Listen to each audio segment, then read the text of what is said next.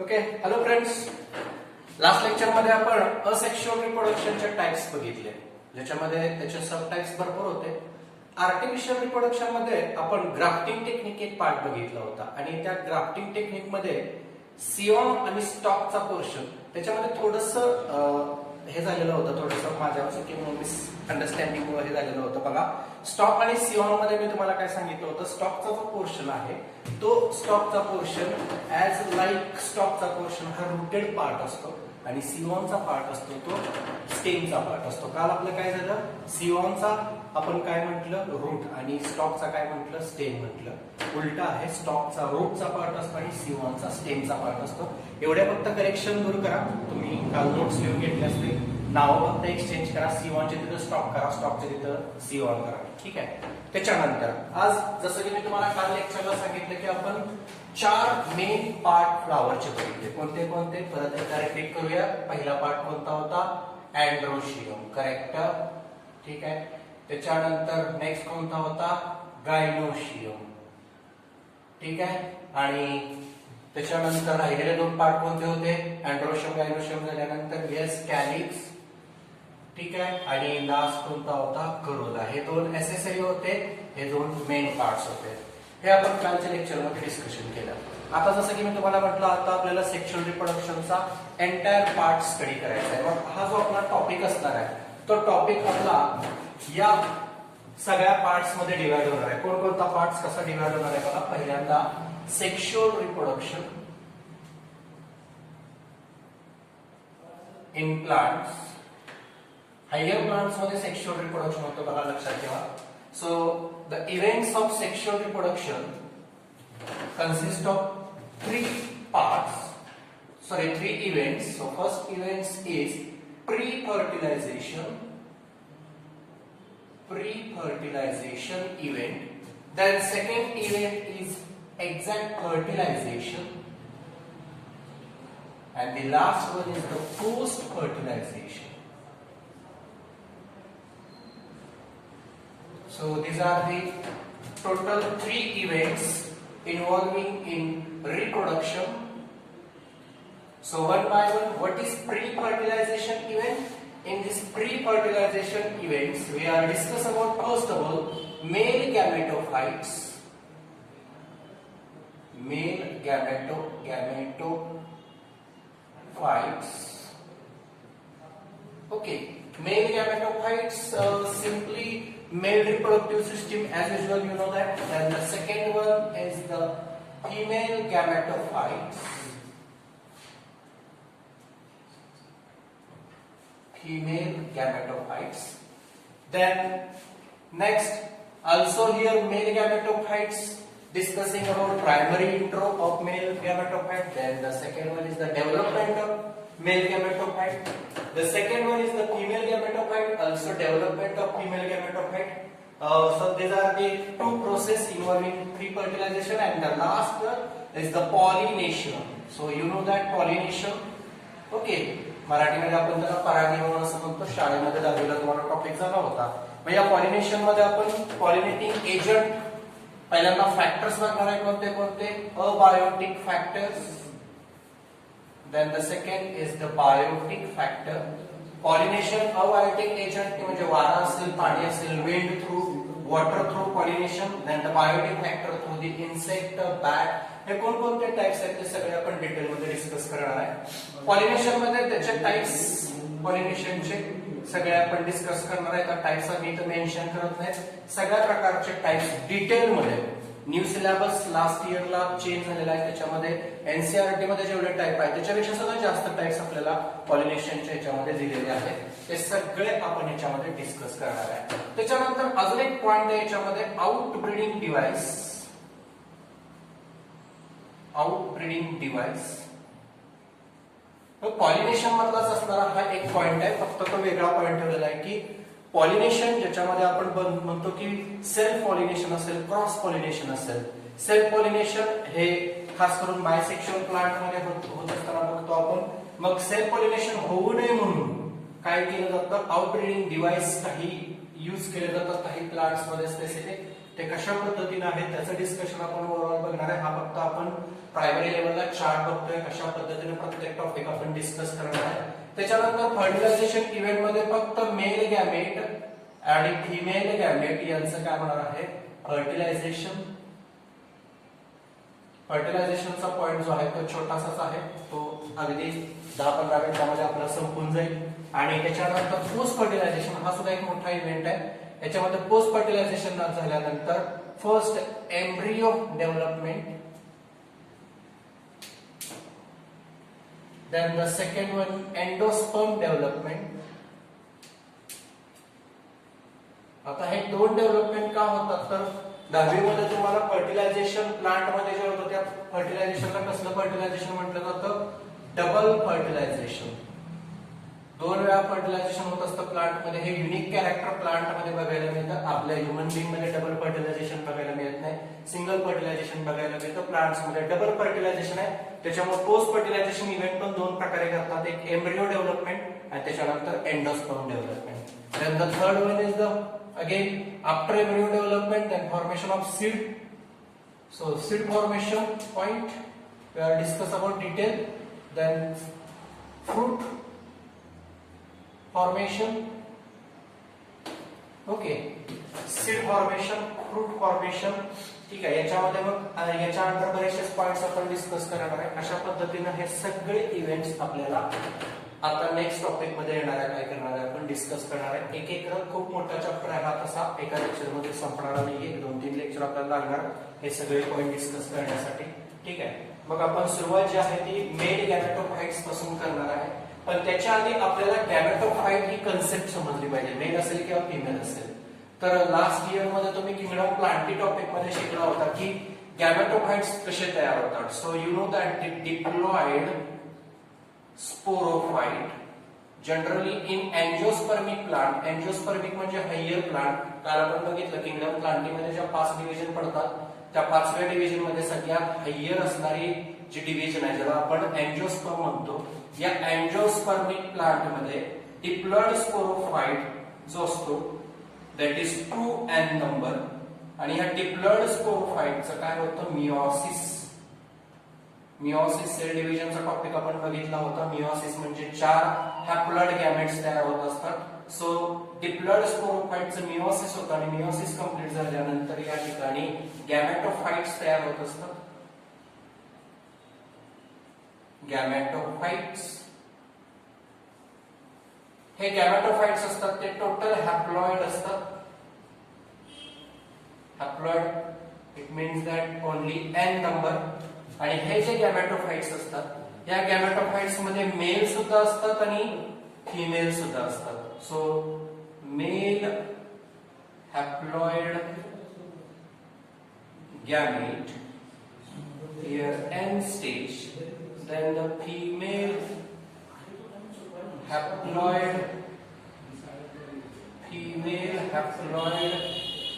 gamete again here n.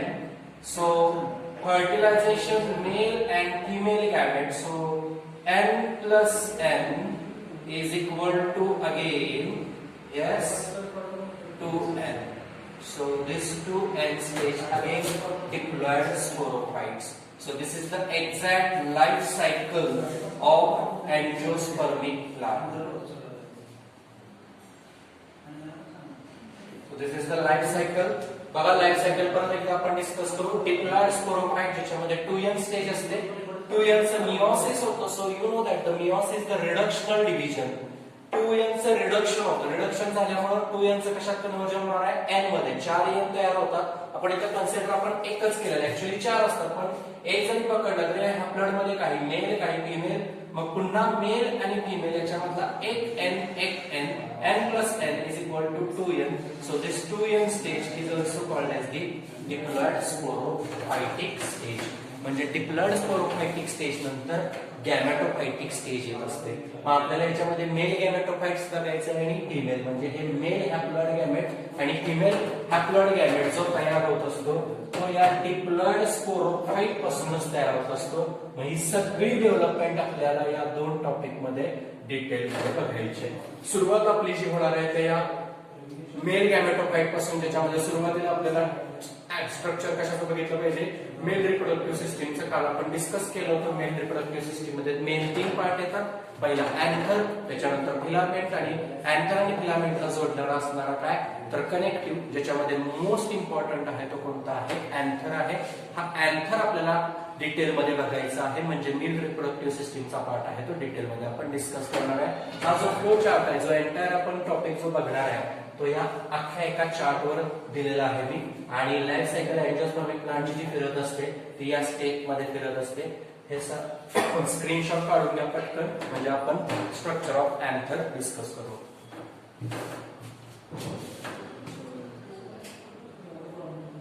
Okay, ठीक आहे. आपण आता काय करणार आहे, स्ट्रक्चर, अँथर स्ट्रक्चर आपण डिस्कस करणार आहे डिटेल मध्ये.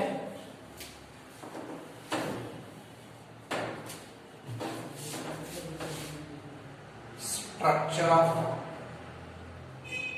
अँथर. कोणत्याही फ्लावर मध्ये, टिपिकल फ्लावर गेल्या वर्षी आपण पाहिला होता. हा टिपिकल फ्लावर, ज्याच्यामध्ये हा अँथर स्ट्रक्चर आपल्याला बघायला मिळतो. या अँथर मध्ये जर बघितलं तर मोस्ट ऑफ एंजियोस्पर्मिक मध्ये बायलोब्ड अँथरचं स्ट्रक्चर बघायला मिळतं. Bilobed anther, so it is also called as dithecous. ठीक आहे, बायलोब्ड किंवा त्याला डायथिकस असं सुद्धा म्हटलं जातं. ठीक आहे, आणि हा डायथिकस जो स्ट्रक्चर आहे याच्यामध्ये 2 लोब्स बघायला मिळतात. काही ह्याच्यामध्ये मोनोथिकस सुद्धा स्टेज बघायला मिळते. ठीक आहे, आता प्रत्येक असणाऱ्या डायथिकस मध्ये, म्हणजे हा एक लोब आणि हा एक लोब, हा लोब जर ओपन केला तर ईच मोनोथिकस, एका मोनोथिकस सेक्शन मध्ये आपल्याला 2 पोलन सॅक बघायला मिळतात. 2 पोलन सॅक और चेंबर. किती पोलन बघा, इथं फिगर मध्ये दाखवतो मी. एका मोनोथिकस मध्ये किती बघायला मिळतात. इथं स्पॉट दिसतोय का तुम्हाला, दिसत असेल आय थिंक. बघा, एका असणाऱ्या मोनोथिकस मध्ये 2 काय बघायला मिळतात आपल्याला, पोलन सॅक बघायला मिळतात. तर एका मोनोथिकस मध्ये 2 बघायला मिळत असतील तर दुसऱ्या सुद्धा मोनोथिकस मध्ये किती बघायला मिळणार, 2 बघायला मिळणार. म्हणजे टोटल किती आपल्याला पोलन सॅक बघायला मिळणार, 4. So that is why it is tetrasporangiate. Tetrasporangiates, it means that 4 pollen sac structure. Total किती बघा, याच्यामध्ये 2 आणि याच्यामध्ये 2, असे टोटल किती पोलन सॅक आतमध्ये बघायला मिळतात आपल्याला, 4 पोलन सॅक बघायला मिळतात. त्याला टेट्रास्पोरॅन्जिएट स्ट्रक्चर असं सुद्धा म्हटलं जातं. ठीक आहे, आता हे सगळे जे टेट्रास्पोरॅन्जिएट असणारे पोलन सॅक्स आहेत यांचं डिफरन्शिएशन होत असतं. ठीक आहे, आणि डिफरन्शिएशन होत असताना हे कुठून ओरिजिनेट होत असतात तर हायपोडर्मल सेल्स मधून ओरिजिनेट होत असतात. सो दी हायपोडर्मल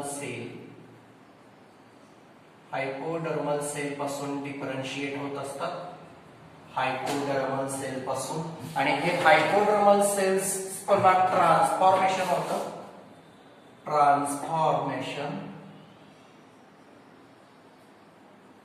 या हायपोडर्मल सेलचं ट्रान्सफॉर्मेशन होतं आणि याला आर्चिस्पोरोफाइल सुद्धा म्हटलं जातं किंवा आर्चिस्पोरियल सेल सुद्धा म्हटलं जातं. आर्चिस्पोरियल सेल. ओके, हा असणारा जो अँथरचा जो स्ट्रक्चर आहे याच्यामध्ये आपल्याला जे स्पोरॅन्जिएट स्ट्रक्चर बघायला मिळतं, ह्याच्यामध्ये डिफरन्शिएशन जे होत असतं ते हायपोडर्मल सेल मध्ये, आणि हायपोडर्मल सेलचं ट्रान्सफॉर्मेशन आर्चिओरियल सेल. आर्चीचा अर्थ लास्ट आपण बघितलं होतं गेल्या वर्षी. आर्चीचं मिनिंग काय असतं, ओल्ड, सगळ्यात जुना असणारा टाइप जो आहे आर्चिस्पोरियल सेल. आता ही जी आर्चिस्पोरियल सेल, इथं मगाशी मी तुम्हाला दाखवलं होतं की स्पोरोफायटिक स्टेज, ज्याच्यामध्ये डिप्लॉइड कंडिशन बघायला मिळते, 2n कंडिशन बघायला मिळते. आता ही डिप्लॉइड कंडिशन स्टेज म्हणजे याच्यामध्ये प्रत्येक स्पोरोफायटिक सेल जी असते ती कशी असते, 2n it means that diploid cell. Diploid cell आहे. या डिप्लॉइड सेल पासून काय होत असतं, याचं डिफरन्शिएशन होत असतं. ठीक आहे. त्याच्यानंतर आपण नेक्स्ट पॉइंट याच्या अंडरच बघणार आहे, काय, टीएस ऑफ अँथर. अँथरचा याचा जर आपण टीएस सेक्शन जर घेतला तर या टीएस सेक्शन मध्ये आपल्याला अशा पद्धतीची फिगर बघायला मिळते, पुस्तकामध्ये दिलेली आहे.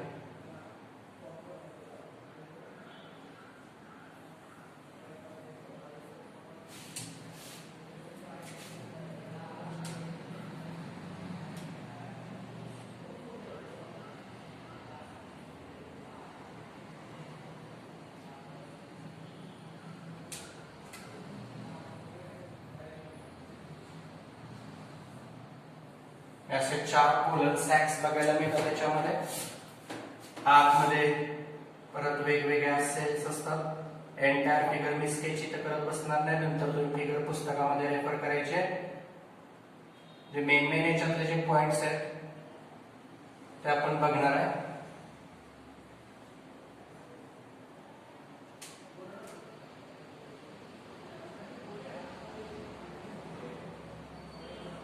एपिडर्मल लेयर बघायला मिळतो याच्यामध्ये टीएस वरती. ठीक आहे.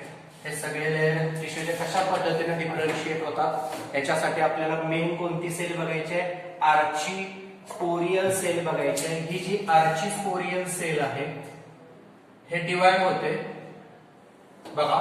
पहिल्यांदा हायपोडर्मल सेल. हायपोडर्मल सेलचं ट्रान्सफॉर्मेशन कशामध्ये होतं तर आर्ची स्पोरियल सेल.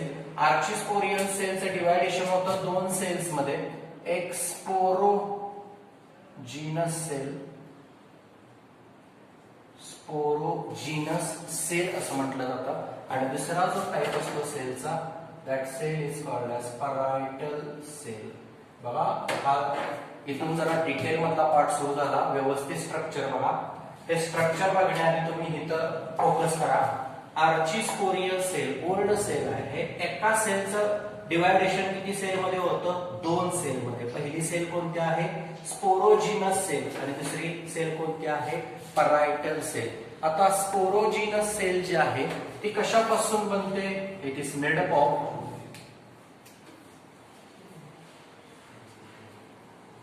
Sporogenous tissue. कोणत्या टिश्यू पासून बनते स्पोरोजीनस सेल, परायटल सेल आपण नंतर बघू, डिस्कस करू. आधी स्पोरोजीनस सेल्स बघू. स्पोरोजीनस सेल आहे हे कशापासून बनते तर स्पोरोजीनस टिश्यू पासून बनते. या स्पोरोजीनस टिश्यू पासून बनलेल्या या सेलचं पुन्हा 4 मायक्रोस्पोर मध्ये डिवायडेशन होतं. So gives rise to 4 microspores. याला टेट्रा मायक्रोस्पोर सुद्धा म्हणतात. Tetra microspore. या असणाऱ्या स्पोरोजीनस सेलचं कशामध्ये कन्व्हर्जन होतं, 4 मायक्रोस्पोर. इथं असतात हे मायक्रोस्पोर अँड मायक्रोस्पोर हे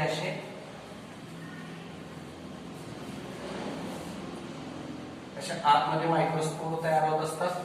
That is sporogenous cell. Sporogenous cell generally made up of sporogenous tissue, and it gives rise to 4 microspore. So that is, it is called as the tetramicrospore. हे झालं sporogenous cells. त्याच्यानंतर second one is the parietal sale.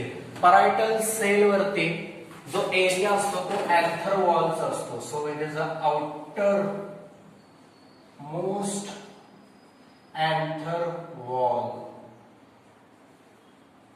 अँथरचा जो structure काढलेला आहे ही entire जी wall बघायला मिळते बाहेरून पासून ते आतपर्यंत, ही सगळी जी वॉल आहे आउटर वॉल पासून ते आतल्या इनर वॉल पर्यंत हा सगळा जो एरिया असतो तो कुठल्या सेलचा आहे तर परायटल सेलचा.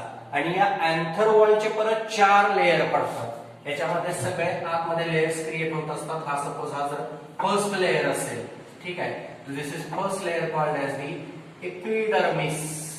ओके, सो इथं पहिला लेअर कोणता येणार? Epidermal layer. एपिडर्मल लेअर हा फर्स्ट लेअर आहे इथे. हा सगळा जो आउटर लेअर बघायला मिळतो हा सगळा एपिडर्मल लेअर आहे. नावातच आहे एपिडर्मल लेअर आहे, म्हणजे एपिडर्मिस पासून काय होत असतात, ह्या सेल्स तयार होत असतात. जनरली या सगळ्या ज्या सेल्स असतात या आउटर मोस्ट पार्टला बघायला मिळतात. म्हणजे याचं काम काय असणार आहे? प्रोटेक्शन. पहिलं काम काय असणार आहे याचं? प्रोटेक्टिव्ह. कारण हा बाहेरचा लेअर आहे आणि सगळ्या जर सेल बघितल्या तुम्ही ह्या एपिडर्मल तर ह्या फ्लॅट शेप मध्ये बघायला मिळतात. Flattened cell. It is also called as the flattened cell. Flattened cell structure याच्यामध्ये आपल्याला बघायला मिळतं. पहिला लेअर आहे एपिडर्मल लेअर.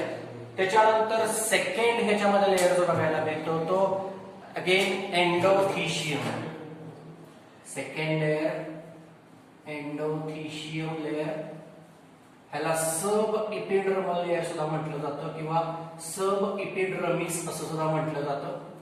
हा जो सेकंड लेअर आहे एंडोथिशियम हा एपिडर्मिसच्या आतल्या बाजूला बघायला मिळतो. हा एंडोथिशियम. हा जो एंडोथिशियमचा जो पार्ट आहे तो एपिडर्मिसच्या आतल्या बाजूला बघायला मिळतात हे सगळे असे लेअर. ठीक आहे, तर हे सगळे एंडोथिशियमचा जो लेअर आहे हे सगळे रॅडियली इलॉंगेटेड सेल असतात. Radially elongated sale.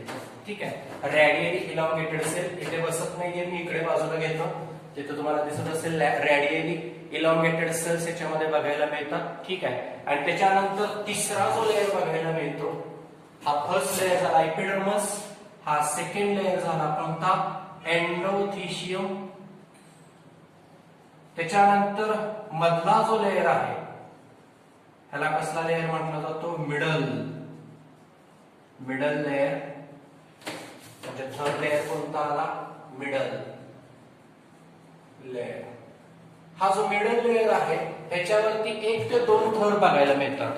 ठीक आहे, म्हणजे मिडल लेअर सिंगल बघायला मिळत नाही.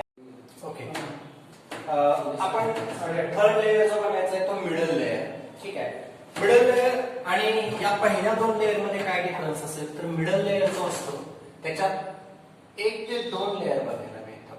म्हणजे मिडल लेअरचे 1 ते 2 लेअर्स बघायला मिळतात. हा बाहेरचा बघितला पहिला तर हा एपिडर्मिस झाला. एपिडर्मिस हा सिंगलच लेअर बघायला मिळतो.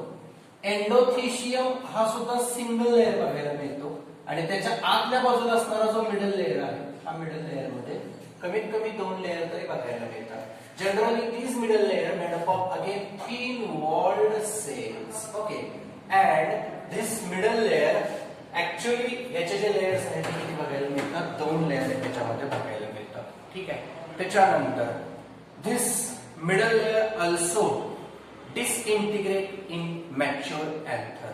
म्हणजे actual anther जो mature होतो तो middle layer तयार झाल्यानंतर होत असतो.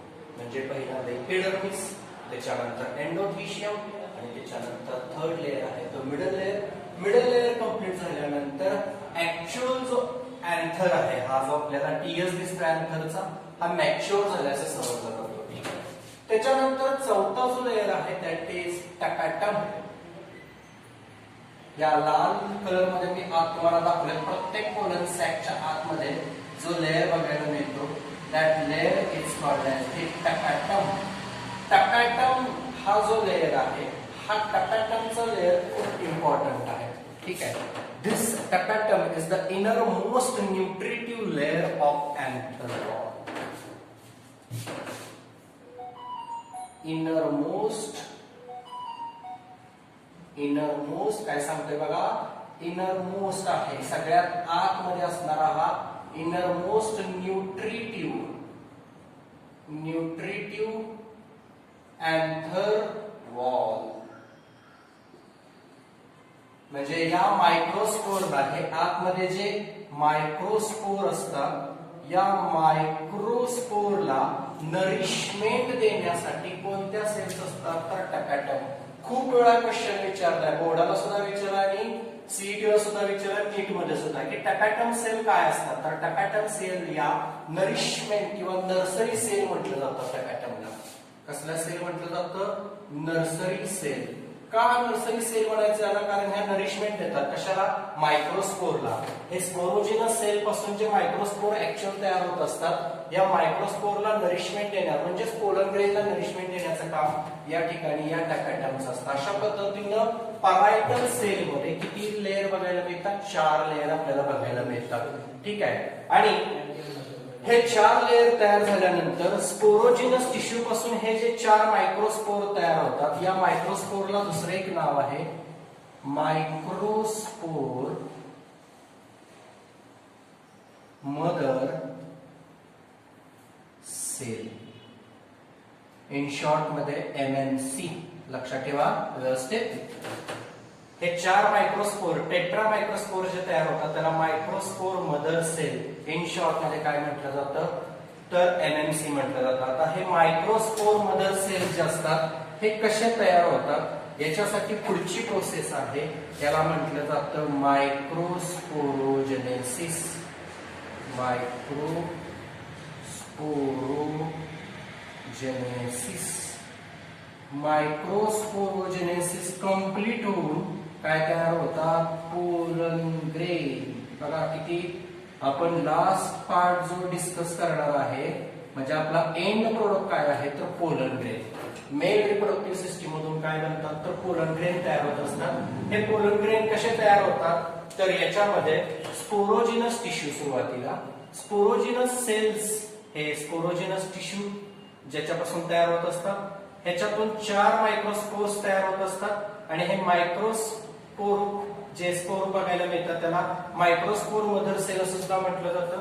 हे जे मायक्रोस्पोर मदर सेल आहे ज्याला आपण MMC म्हणतो, याची जी एंटायर सिंथेसिस प्रोसेस आहे म्हणजे हे कसे तयार होतात त्याला मायक्रोस्पोरोजेनेसिस म्हणतो. नेक्स्ट पॉइंट मध्ये आपण काय डिस्कस करणार आहे तर मायक्रोस्पोरोजेनेसिस कशा पद्धतीने होणार आहे हे डिस्कस करणार आहे. आणि मायक्रोस्पोर कंप्लीट झाल्यानंतर त्याचं सिंथेसिस झाल्यानंतर ऍक्च्युअल पोलन ग्रेन तयार होत असतात. ठीक आहे. That is sporogenous cells. हे आतमध्ये इथं तयार होत असतात. ठीक आहे. त्याच्यानंतर याच्या कडेला अँथरची जी वॉल असते त्याला कसले सेल म्हणतात? परायटल सेल असं म्हटलं जातं. परायटल सेल मध्ये पहिला पार्ट कोणता आहे? आउटर मोस्ट अँथर वॉलचा, ज्याच्यामध्ये आउटर मोस्ट अँथर वॉल मध्ये 4 लेयर बघायला मिळतात. किती लेयर बघायला मिळतात? Anther wall consist of 4 layer. किती लेयर बघायला मिळतात? 4 लेयर बघायला मिळतात. पहिला लेयर आहे इपिडर्मल लेयर. इपिडर्मल लेयर असतो तो प्रोटेक्टिव्ह लेयर असतो. सिंगल लेयर याच्यामध्ये बघायला मिळतो. फ्लॅटेंड सेल्स असतात. Second layer that is endothecium, it is simply called as the subepidermis. हा सुद्धा सिंगल असतो, फक्त रॅडियली इलॉंगेटेड सेल्स असतात पॅटर्न सेल पेक्षा. त्याच्यानंतर तिसरा जो लेयर आहे तो दाखवण्यात बघा इपिडर्मिस फिगर पुस्तकामध्ये तुम्ही रेफर करायचे. तुम्हाला होमवर्कला मी तुम्हाला TS ऑफ एंथरची फिगर काढायला देणार आहे. ती फिगर व्यवस्थित काढायची, परीक्षेला विचारतात ती. होमवर्क मी नंतर तुम्हाला सेंड करेन ग्रुपवरती, तेव्हा तुम्ही होमवर्क कंप्लीट करायचा आहे. इपिडर्मल, त्याच्यानंतर endothecium second layer, third layer middle layer, ह्या 3 वॉल सेल पासून बनत असतात. फक्त याचे लेयर किती असतात? 1 ते 2. मोस्ट इम्पॉर्टंट आहे बघा, लक्षात ठेवा. क्वेश्चन येतो मिडल लेयर मध्ये किती लेयर्स असतात? 1 ते 2 लेयर बघायला मिळतात. फोर्थ लेयर आहे टॅपेटम. नर्सरी सेल म्हणतात त्याला. सगळ्यात इनर मोस्ट सेल आहे पोलन साइटच्या आतमध्ये बघायला मिळतात. हे 4 पोलन साइट जे आहेत या 4 पोलन साइटच्या आतमध्ये असणारा इनर मोस्ट असणारा न्यूट्रिटिव्ह पार्ट आहे अँथर वॉलला. अँथर वॉलच्या आतमध्ये न्यूट्रिटिव्ह असणारा हा पार्ट आहे. कुणाला न्यूट्रिशन देतो हा? तर मायक्रोस्पोरला. कुणाला न्यूट्रिशन देतो? मायक्रोस्पोरला. आणि मायक्रोस्पोर जे आहेत ते त्या स्पोरोजिनस सेल पासून तयार होतात. अशा पद्धतीनं आर्चिस्पोरियलचं किंवा आर्चिस्पोरियल सेल जे आहेत या आर्चिस्पोरियल सेलचे 2 ह्या सेलचे टाइप्स आहेत जे कुठून येत असतात? हायपोडर्मल सेल पासून येत असतात. आता आपण नेक्स्ट काय करणार आहे? मायक्रोस्पोरोजेनेसिस प्रोसेस कशी आहे आणि त्याच्यानंतर पोलन ग्रेन कसे तयार होणार आहे हे बघणार आहे. ओके.